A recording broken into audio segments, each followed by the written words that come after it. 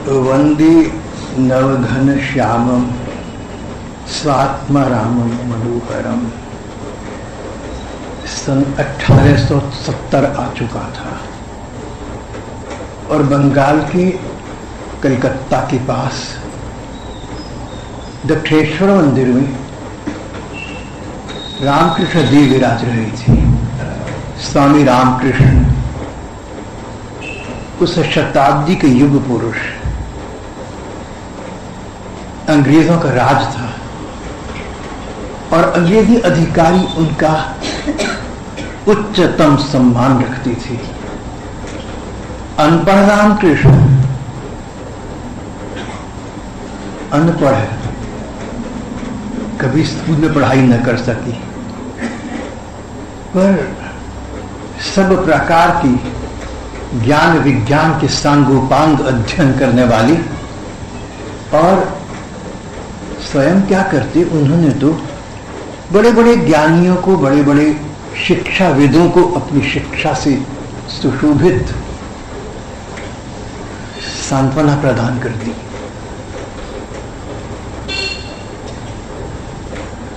इन्हीं दिनों महेंद्र नाथ गुप्ता एक हाई स्कूल के हेडमास्टर थे। उस पुराने जमाने में बीए पास होना बहुत बड़ी शिक्षा थी। चौथी जमात पास तो लोग बहुत मानते थे।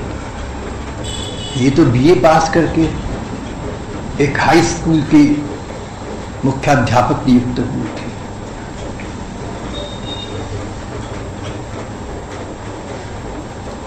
महेंद्र नाथ सदा मन ही मन एक विचार किया करते थे, कैसा है ये संसार, क्या ये सुख भोग के लिए है या ये असार संसार किसी उच्च तत्व की, किसी उच्च लक्ष्य की प्राप्ति के लिए है। विचारों में खोए रहते थे। तब एक दिन पता चला, एक मित्र से पता लगा कि दक्षेश्वर मंदिर में एक परमहंस विराज रहे हैं। उनसे जाकर तुम अपने मन की जिज्ञासा प्रकट करो। वे महापुरुष तुम्हारे मन को, तुम्हारे हृदय को आलोकित करेंगे। परमहंस विराज रहे हैं। हंस दो प्रकार के होती हैं। साधारण हंस तो साधारण पक्षियों जैसे होती हैं, और दूसरे राजहंस कहलाती है। दूध में पानी मिला हो तो दोनों अलग करके दूध पी लेते हैं, पानी छोड़ देते हैं।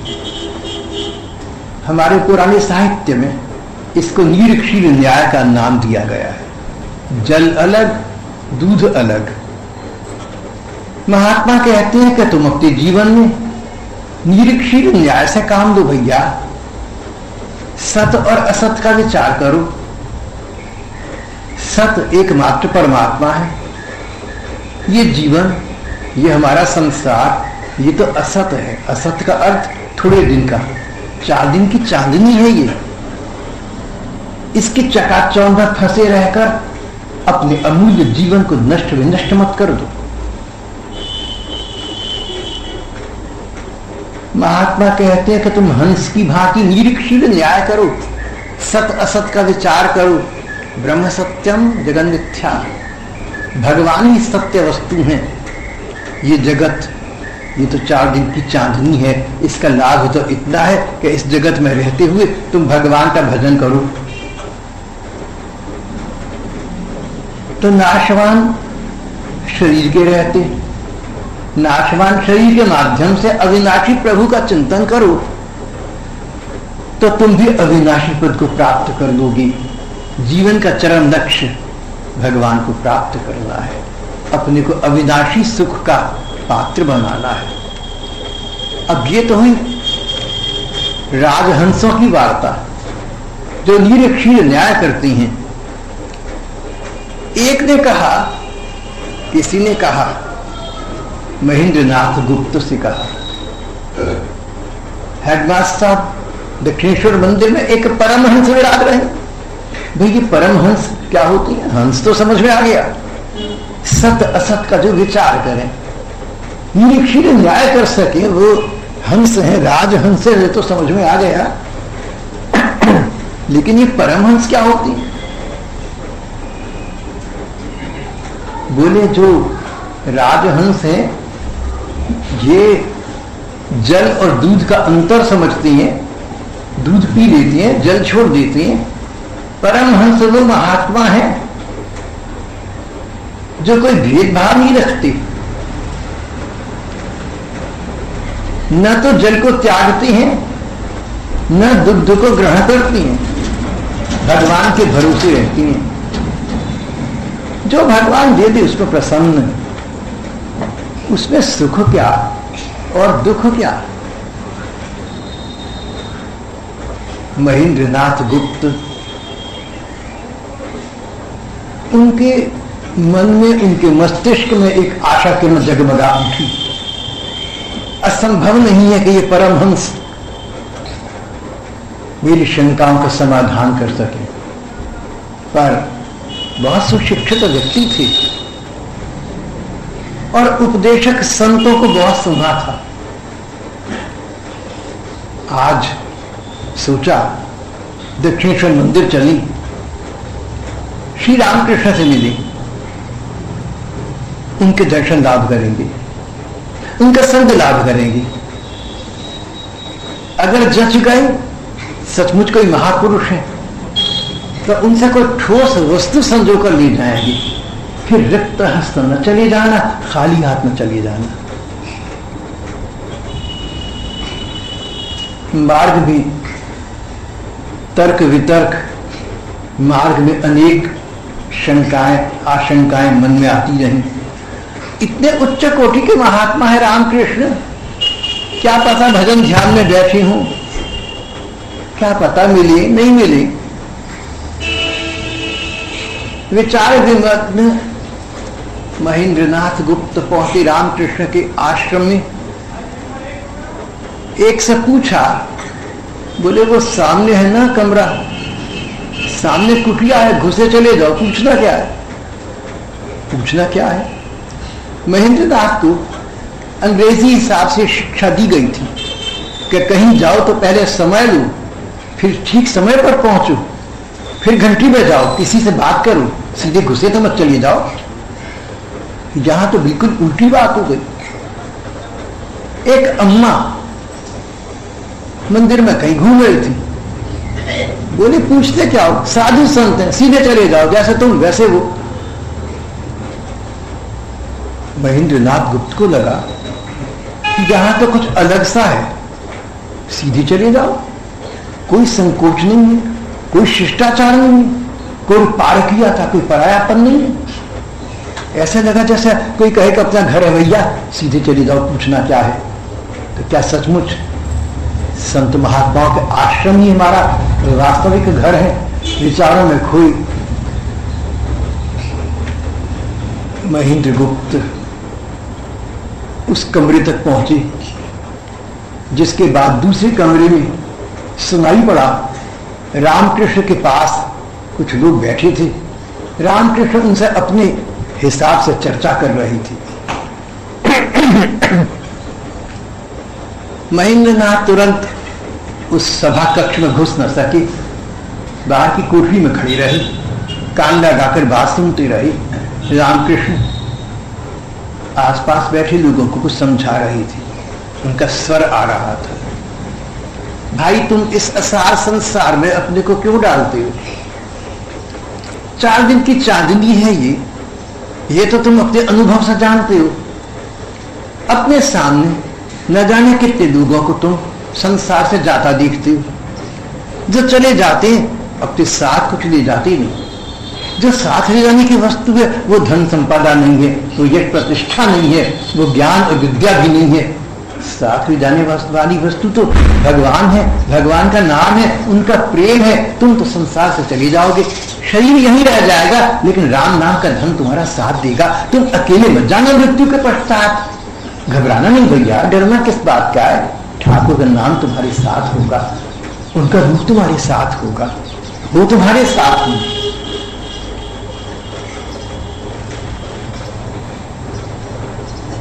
अपना मन बस भजन में लगाओ, अपना मन ठाकुर के स्मरण में लगाओ।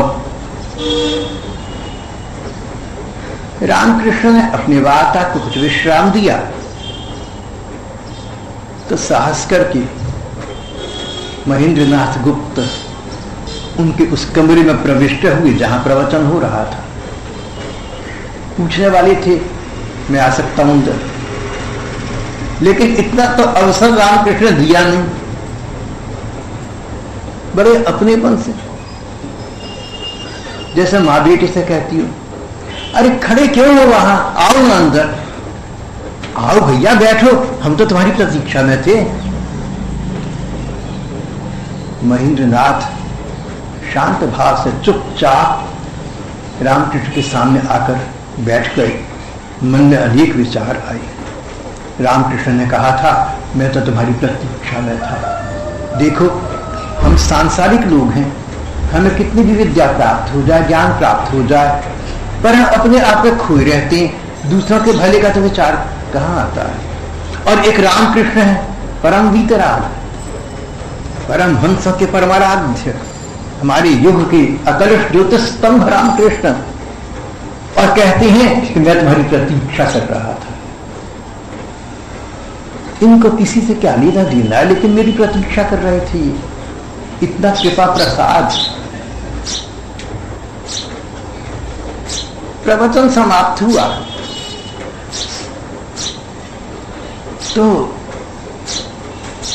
महेंद्रनाथ गुप्त ने सोचा कि कहीं स्वामी जी और उनके सहज सज्जन ऐसा न समझ बैठे कि मैं पढ़ा लिखा सुशिक्षित व्यक्ति तुमसे बड़ा कुछ प्रभावित हो गया। सत्संग जो समाप्त हुआ, रामकृष्ण ने कहा क्या नाम है तुम्हारा, कहां रहते भैया, क्या करते हो। प्रश्नोत्तरी हुई। रामकृष्ण अपने पास से कहने लगे देखो तुम तो विद्या की शिक्षा और ज्ञान के सागर हो, पर सारी विद्या सारा ज्ञान उसकी समाप्ति, उसका परिसमाप्ति, उसका उपसंहार, उसका पराकर्ष, उसका निष्कर्ष एक ही बात में है, और वो ये कि तुम अपने मन मंदिर में भगवान की मूर्ति बिठा लो, उनकी पूजा करो, उनकी सेवा करो। मन मंदिर में विराट मनमोहन की सेवा ही जीवन का चरम लक्ष्य है। यहां महेंद्रनाथ गुप्त को लगा कि उन्हें कुछ तर्क करने का अवसर प्राप्त हुआ है। बोले स्वामी जी एक बात मैं नहीं समझता, हम मूर्ति की पूजा करें, मन में मंदिर बना लें, देखिए भगवान तो सारे में है, भगवान तो निराकार है, भगवान का कोई आकार नहीं हो सकता। आकार तो हम मनुष्यों का है, पशु पक्षियों का है, पदार्थों और उपकरणों का है, यंत्रों और संयंत्रों का है, भला भगवान का क्या आकार हो सकता है। भगवान तो सहज स्वभाव से निराकार है। रामकृष्ण मुस्कुरा दिए, ठीक कहते हो भैया, देखो भगवान सहज स्वभाव से निराकार है, तो भगवान का सहज स्वभाव भक्तवत्सलता भी तो है ना। जिन भगवान का स्वभाव है को निराकार रहती है, उन्हीं भगवान का ये स्वभाव है कि भक्तों के प्रति कृपा करती हैं। अब भक्तों का मन निराकार रूप में लगना बड़ा कठिन है, आकार में लगना आसान है। तो जो भगवान निराकार है वे भक्तवत्सल साकार भी हैं। निराकार भगवान आकार ग्रहण करती है अपने भक्तों के लिए, भक्तवत्सल है। निराकार भगवान आकार ग्रहण कर सकते हैं, उनकी सामर्थ्य है, वे सर्वसमर्थ जो ठहरे। तो सर्वसमर्थ भक्तवत्सल हम जैसे अपने प्रियजनों के लिए प्रकार प्रकार की लीलाएं किया करते हैं। निराकार से भी प्रभु साकार होती हैं। अजन्मा भगवान जन्म लेने की लीला करते हैं। अनामी भगवान भक्तों की दिए गए नाम स्वीकारते हैं। निर्गुण भगवान सगुण रूप में सामने आते हैं। और आप्तकाम आत्माराम परमात्मा, आप्तकाम आत्माराम, अपनी आत्मा में रमण करने वाली परमात्मा है। तो परमात्मा सुख पाने के लिए किसी दूसरे व्यक्ति की ओर नहीं देखते, उन्हें संसार से कुछ न चाहिए, वे सुख स्वरूप हैं। अपनी आत्मा में अपने आप में रमण करते हैं, अपने आप से सुख पाते हैं। भगवान आत्मा राम। जिस प्रकार ठंड से ठंडी रात को अग्नि को गर्माई हासिल करने के लिए कहीं जाना नहीं पड़ता, इसी प्रकार भगवान को किसी कामना की पूर्ति के लिए कहीं जाना नहीं पड़ता। वे तो आप्तकाम आत्माराम है, पर भक्तों के प्रति उनका सहज वात्सल्य है। इसलिए अनेक प्रकार की लीलाएं करते हैं, निराकार से साकार हो जाती हैं। महेंद्रनाथ गुप्त कोई तर्क तो जच गया, लेकिन तुरंत किसी का रोक्ति अर्पण करना नहीं चाहते थे। बोले ठीक है स्वामी जी, जो भगवान निराकार है वो साकार भी हो सकता है, लेकिन देखिए मैं तो निराकार को मानता हूं। मन का भाव ये था, ये न समझ बैठना कि तुम्हारा चीला बन के जाऊंगा। पढ़ा लिखा हूं, सोच समझ कर आया। लेकिन स्वामी जी ठीक है, भगवान निराकार भी है और साकार भी है, मैं निराकार को मानता हूं। महेंद्रनाथ गुप्त के स्वर में श्री रामकृष्ण ने आत्मविश्वास के आधिक्य के एक्सेसिव सेल्फ कॉन्फिडेंस के लक्षण देखे, समझ गए, पारदर्शी थे। बोले भैया hold fast to your own, अपने सिद्धांत पर अटल रहना। तुम निराकार को मानते हो ना, तो निराकार को मानना, लेकिन दूसरों को जो तुम्हारे प्रतिकूल है, विरोधी है, जो साकार को मानते हैं, ऐसा न समझना कि वो गलत करना है। वो भी ठीक है जैसे तुम ठीक हो, तो तुम निराकार को मानो, निराकार रूप में अपनी आस्था रखो, बढ़िया है। लेकिन साकार मानने वालों को ऐसा न समझना कि तुमसे कम समझ है और वो गलत समझ रहे हैं। Don't for a moment think that others are in the wrong, hold fast to your own. पर जच गई, बहुत जचने वाली बात है, बड़े व्यापक दृष्टिकोण की बात है।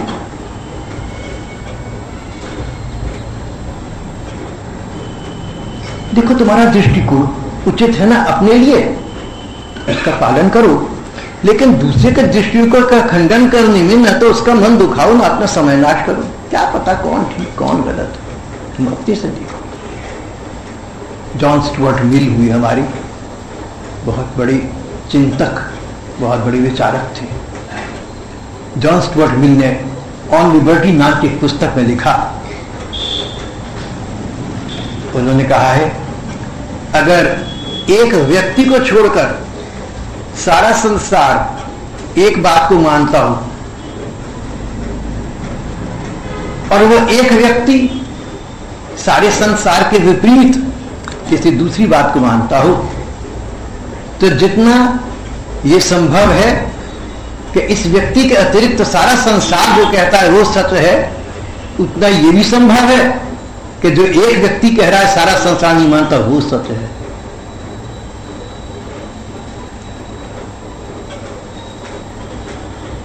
विचार में, मस्तिष्क में, अकल में सिर नहीं गिनी जाती, खोपड़ियां नहीं गिनी जाती। कौन ठीक कौन गलत, रामकृष्ण कहने लगे तुम अपनी जगह पक्के रहना, पर दूसरों को तुम कच्चा मत करना। महेंद्रनाथ के मन को यह बात भा गई, फिर भी अपना तर्क आगे बढ़ाते हुए कहने लगी लेकिन स्वामी जी मूर्ति की पूजा नहीं करनी चाहिए, ये पाषाण पूजन, ये मूर्ति पूजा, ये तो अकल की बात नहीं। पहले कहते थे परमात्मा केवल निराकार है, अब मान गए कि साकार भी हैं, अब ये भी मान गए कि साकार की पूजा करने वाले भी ठीक हैं। तो अगली बात कही, जो लोग पाषाण प्रतिमा मूर्ति की पूजा करते हैं, तो मूर्ति पूजा से कुछ मिलने वाला नहीं है स्वामी जी। वंशुडन वर्षिते, ये मिट्टी की पूजा करना, ये मूर्ति की पूजा करना, पत्थर की पूजा करना, इससे क्या मिलेगा? प्रभु रामकृष्ण हाथा मारकर हंसे, बोले मिट्टी की मूर्ति, पत्थर की मूर्ति, क्या कह रहे हो? जो लोग पूजा करते हैं उनसे पूछो तो सही कि किसकी पूजा करके उठे हैं। वो कभी भी नहीं कहेंगे कि हमने मिट्टी या पत्थर की पूजा की, कहेंगे भगवान की पूजा की, और भगवान भाव का है। No one worships stone, one worships God in it. क्या भगवान को ये नहीं पता कि भले ही मूर्ति पत्थर की है, लेकिन इस मूर्ति में क्या उन सर्वज्ञ को ये नहीं पता, क्या उन भावग्राही को ये नहीं पता कि इस मूर्ति में ये व्यक्ति मेरी पूजा कर रहा है? मान लो कि मूर्ति ही है, मान लो कि उस मूर्ति में भगवान नहीं है, मान लो ये आदमी पागल अनाड़ी मूर्ख है, तो भगवान तो सर्वज्ञ है, भगवान तो अंतर्यामी है, क्या उनको नहीं पता कि भले ही ये मूर्ति को पूज रहा है लेकिन मेरी भावना से पूज रहा है? तो अंतर्यामी भगवान, भक्तवान सकल तो ठाकुर अपना प्रकाश उस व्यक्ति को क्यों न प्रदान कर देंगे? भगवान भावग्राही है, भगवान व्यक्ति की नियत देखते हैं, भगवान ऊपरी बातों पर नहीं जाते। ये तो मनुष्यों की बात है, हम बाहर की बातों पर बहुत जाते हैं। भगवान तो मन की भावना को देखते हैं भाई, भावग्राही Janardan. Actions shall be judged by motives.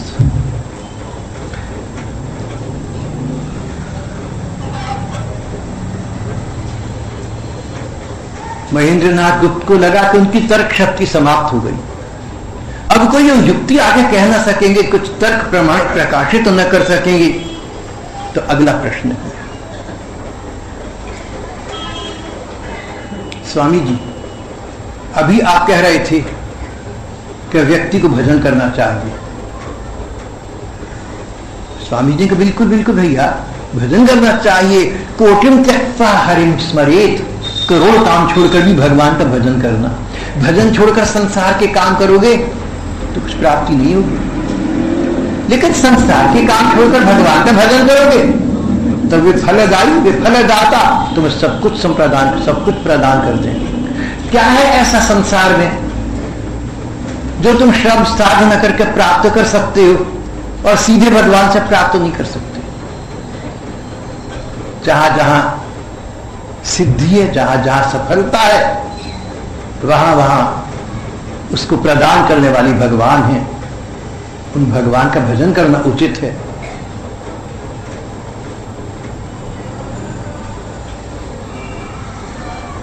Mahendranath को लग रहा था कि रामकृष्ण की एक एक बात उनके हृदय पटल पर अंकित होती जा रही है, खरी उतर रही है। बोले अच्छा एक बात और बताइए, भजन किसे कहते हैं? भगवान का भजन करो, ये तो बहुत सुना है, पढ़ा है, भजन करना किसे कहते हैं? रामकृष्ण बोले भैया भजन करने का अर्थ है स्मरण करना, याद करना। भगवान का भजन करो यानी कुछ भी ऐसा काम करो जिससे तुम्हें भगवान की याद आए। अब भगवान को याद करने की, भगवान को स्मरण करने की, यानी भगवान का भजन करने के अनेक अनेक उपाय हैं। 4 उपाय भजन के 4 रूप प्रधानता से कही गई हैं। पहला, नाम का जप। जैसे किसी आदमी का नाम लो तो मुड़कर देखता है, इस प्रकार भगवान का नाम लोगे तो भगवान तुम्हारी ओर दृष्टि डालेंगे। जैसे कब से भी कमरा अंधेरा बंद पड़ा हो, कबाड़ वाला हो, लेकिन सूर्य की किरण प्रविष्ट हो जाए तो ये तो नहीं कह सकते कमरा 10 साल से अंधेरे में बंद था तो इसको सूर्य की किरण से प्रकाशित में 10 बरस लगेंगे। नहीं, सूर्य किरण पड़ी, कमरा प्रकाशित हो गया। इसी प्रकार से तुम्हारे मन में कितनी भी सांसारिक विचार विकार क्यों न हो, जहां भगवान का नाम दिया उन्होंने तुम पर दृष्टि डाली तो जैसे सूर्य की किरण कमरे में प्रविष्ट करे, इस प्रकार भगवान की दृष्टि तुम पर पड़ी, तुम पवित्र और निर्मल हो गए। नाम का जप करना। दूसरा, भजन का दूसरा रूप, रूप का ध्यान करो। रूप का ध्यान, भगवान के जिस रूप का जो चित्र या श्रीमूर्ति तुम्हारे मन को जचे, आंखें मीच कर भगवान के उस रूप का ध्यान करो। अंग अंग का ध्यान करना, आपाद मस्तक ध्यान करना, भगवान के माथे से सिर से लेकर उनके पांव तक या चरणों से लेकर माथे तक उनके एक एक अंग का ध्यान करना। कस्तूरी तिलकम ललाट पटली वक्षस्थले कौस्तुभम नासाग्रे हरिचंदनम सुललितम। भगवान के अंग अंग का, भगवान के आभूषणों का, अंग प्रत्यंग का ध्यान करना। धीरे धीरे ध्यान करते करते ऐसा अभ्यास हो जाएगा कि तुम ध्यान न भी धरो तो तुम्हारी मन को आंखों के सामने वे ठाकुर स्वयं प्रकट हो जाए। इस स्थिति को प्राप्त करने के लिए ही नाम का जप है और रूप का ध्यान है। महेंद्रनाथ सोचने लगी, अब तीसरा उपाय बताएंगे, सो क्या होगा। बोले, लीला चिंतन।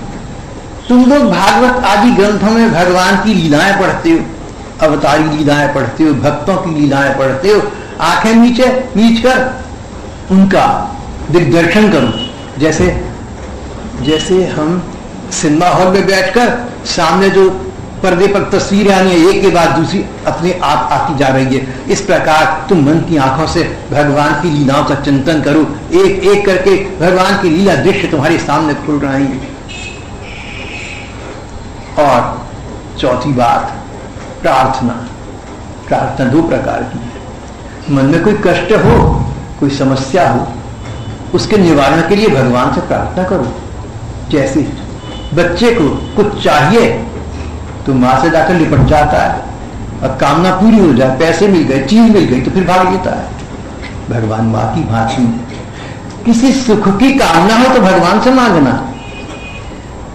संसार से मत मांगना। ये भूखा संसार तुम्हें क्या खाना दे देगा? ये प्यासा संसार तुम्हें कौन सा पेय दे देगा?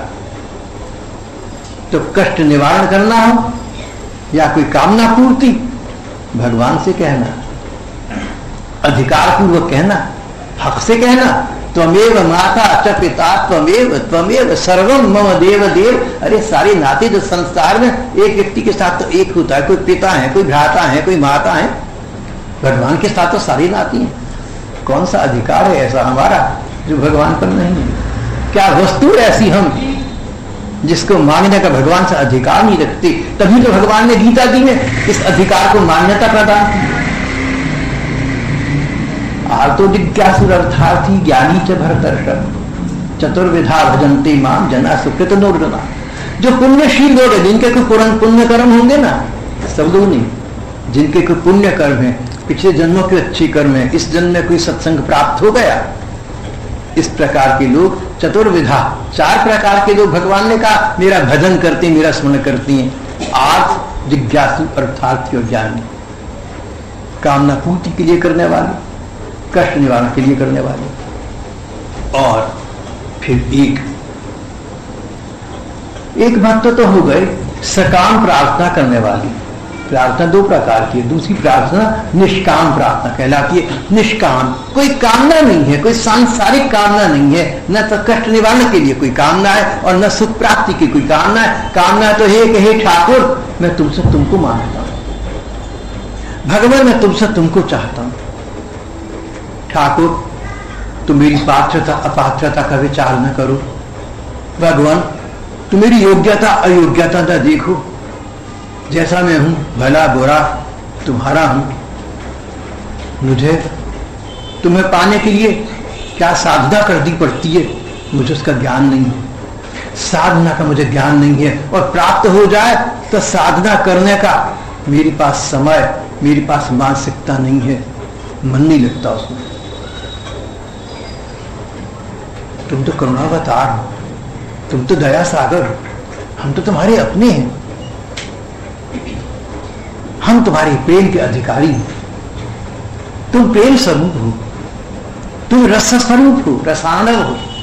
ये रस तुम्हारा, ये प्रेम तुम्हारा किसके? हम ही लोगों के लिए है। मेरे ठाकुर तुम मेरी पात्रता अपात्रता का, मेरी योग्यता अयोग्यता का विचार न करके मुझे अपने चरणों में ऐसा प्रेम प्रदान कर दो कि तुम्हारा स्मरण मुझे सदा बना रहे, मैं तुमको भूलूं नहीं, एक क्षण को तुम्हारा विस्मरण न हो।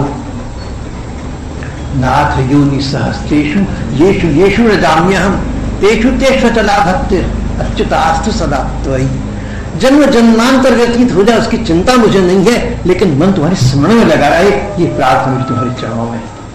निष्काम और सकाम दो प्रकार की प्रार्थना है। श्री रामकृष्ण कहने लगे कि भजन के 4 रूप हैं। भजन यानी स्मरण, यानी भगवान को याद करना, नाम रूप लीला और धाम। नाम रूप लीला और प्रार्थना। कुछ भक्तों ने धाम को कहा है, भगवान के किसी तीर्थ में जाकर निवास करना। जो ब्रज के रसिक संत हैं वो कहते हैं नाम रूप लीला और धाम, वृंदावन धाम में वास करो। कुछ कहते हैं नाम रूप लीला और प्रार्थना। धाम में जो लोग निष्ठा इस प्रकार की नहीं भी रखते, कहीं भी रखते हो, भगवान को बस मानते हैं, प्रार्थना उनके लिए भगवान के भजन का बहुत सुंदर आयाम उपाय है।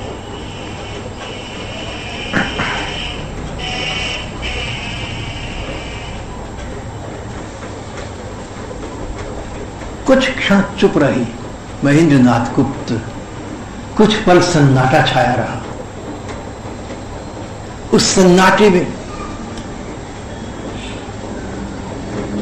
महेंद्रनाथ गुप्त को लगा कि किसी अलौकिक शांति के कण मेरे मन में, मेरे तन में प्रवेश पा रही हैं। एक स्फूर्ति, एक ताजगी महसूस हुई। फिर भी एक प्रश्न किया, स्वामी जी भजन भी कर रहे व्यक्ति तो आगे के लिए उसके कर्म भले हो जाएंगे, सुख का पथ प्रशस्त हो जाएगा, लेकिन जो कर्म कर चुके, पिछले जन्मों में कर चुके, अब कर चुके, वो कर्म तो काटने पड़ेंगे। कर्म की गति न्यारी, कर्म तो काटे बिना कटते नहीं। रामकृष्ण बोली तुम पढ़ लिख करके ये कैसी बातें करने लगे हो? ये तो ठीक है कि कर्म सर्वोपरि है, जैसा करोगे वैसा भरोगे, लेकिन जो सर्वोच्च कर्म है, जो पंचम पुरुषार्थ है, वो भजन है। भजन भी तो कर्म है और सर्वोपरि कर्म है। भजन ऐसा कर्म है यानी भगवान का स्मरण करना, कि जिन भगवान का तुम स्मरण करते हो वे भगवान ही तो भाग्य के विधाता हैं। ऐसी कितनी कथाएं आती हैं जहां भगवान ने अपने भक्त के लिए उसके भाग्य को बदल दिया। भगवान अवतार लेकर आए कृष्ण रूप में। माता देवकी बोली, कृष्ण सुना है कि अपने गुरुजी के मरे हुए बच्चे तुमने वापस आके दे दिए थे, देखो तुमसे पहले मेरी भी तो बच्चे होकर कंस मारता गया था, उनको भी वापस लाकर दे दो।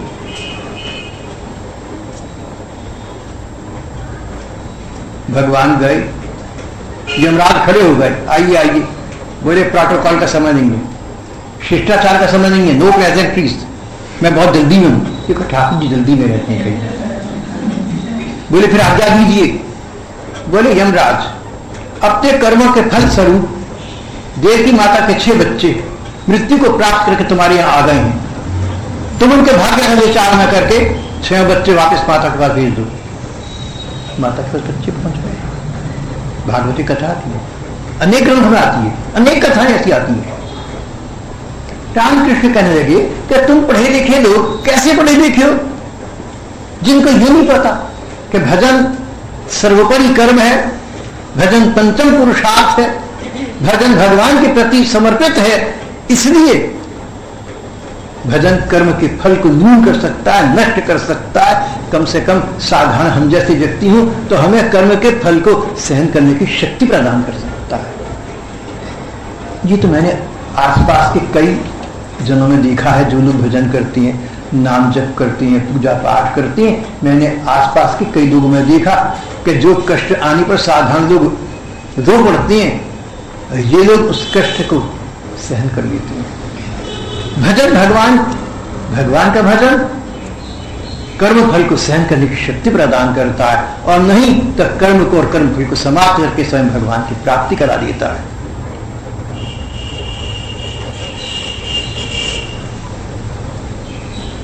महेंद्रनाथ गुप्त ने प्रणाम किया, उठ खड़े हुए, हाथ जोड़ी, चल पड़े। रामकृष्ण बोले, दोबारा आना। रामकृष्ण का ये वाक्य महेंद्रनाथ गुप्त कैसा कार्य कर गया कौन कहे, लेकिन महेंद्रनाथ गुप्त अपनी आगे की जीवनी में श्री रामकृष्ण तक इस आसान संसार को छोड़ गए, लेकिन उनके कहे अनुसार महेंद्रनाथ गुप्त ने सब कुछ छोड़कर संन्यास ग्रहण कर लिया। उन्होंने श्री रामकृष्ण के जो वचन श्रवण किए उनको उस समय जब सुनते थे लिखते जाती थी, और वचनामृत नाम का ग्रंथ प्रकाशित किया। वचनामृत का फिर अंग्रेजी में अनुवाद हुआ। सन 1970 के आसपास अमेरिका का संस्करण छपा, वहां बहुत लोकप्रिय हुआ। वचनामृत बंगाली में था, अंग्रेजी में छपा, फिर अंग्रेजी का हिंदी रूपांतर हुआ जो आज उपलब्ध है, श्री रामकृष्ण वचनामृत। महेंद्रनाथ गुप्त तो श्री रामकृष्ण के वचनों का विषय बन गए। रामकृष्ण ने सिद्धांत बताई थी, महेंद्रनाथ को चलकर दिखाया। रामकृष्ण ने भगवत प्राप्ति को लक्ष्य बताया था, इन्होंने उस लक्ष्य को प्राप्त करके दिखा दिया। महापुरुषों के शिष्य भक्तन भी महान होते हैं। संतजन अपनी परिकर को अपनी जैसा बना लेते हैं। रामकृष्ण तो चले गए, और एक दिन अंततः एक दिन हमारे हेडमास्टर भी चले गए, महेंद्रनाथ गुप्त भी चले गए। तो संसार है ना, कौन टिका है यहाँ। आज से 50 साल के बाद ये कौन होगा, आप लोग हम लोग होंगे, कहाँ होंगे, कौन कह सकता है। मेरे विचार से तो बस ये 2-3 बच्चे होंगे तो होंगे, और ये बात कर रहे होंगे कि पहले भाई साहब हुआ करते थे किस जमाने में, वो जो हम पापा कहा करते थे, ऐसा होता था, सब था लग जाएगा। और छोटे बच्चे कभी ना कभी बड़े होकर जब संसार को छोड़ेंगे तो ये चर्चा करने वाला भी कोई नहीं होगा। ये असार संसार है, इसका कोई सार है तो वही जो रामकृष्ण ने महेंद्रनाथ को बताया, और महेंद्रनाथ इसको प्राप्त करके दिखा दिया। और हमारे लिए रामकृष्ण की वाणी छोड़ गए। हम चाहें तो उस पथ पर चलकर हम उन प्रियतम प्रभु को प्राप्त कर सकते हैं। जीवन का चरम लक्ष्य यही है, तदेव साध्यता, उसी की सिद्धि चाहिए। श्री कृष्ण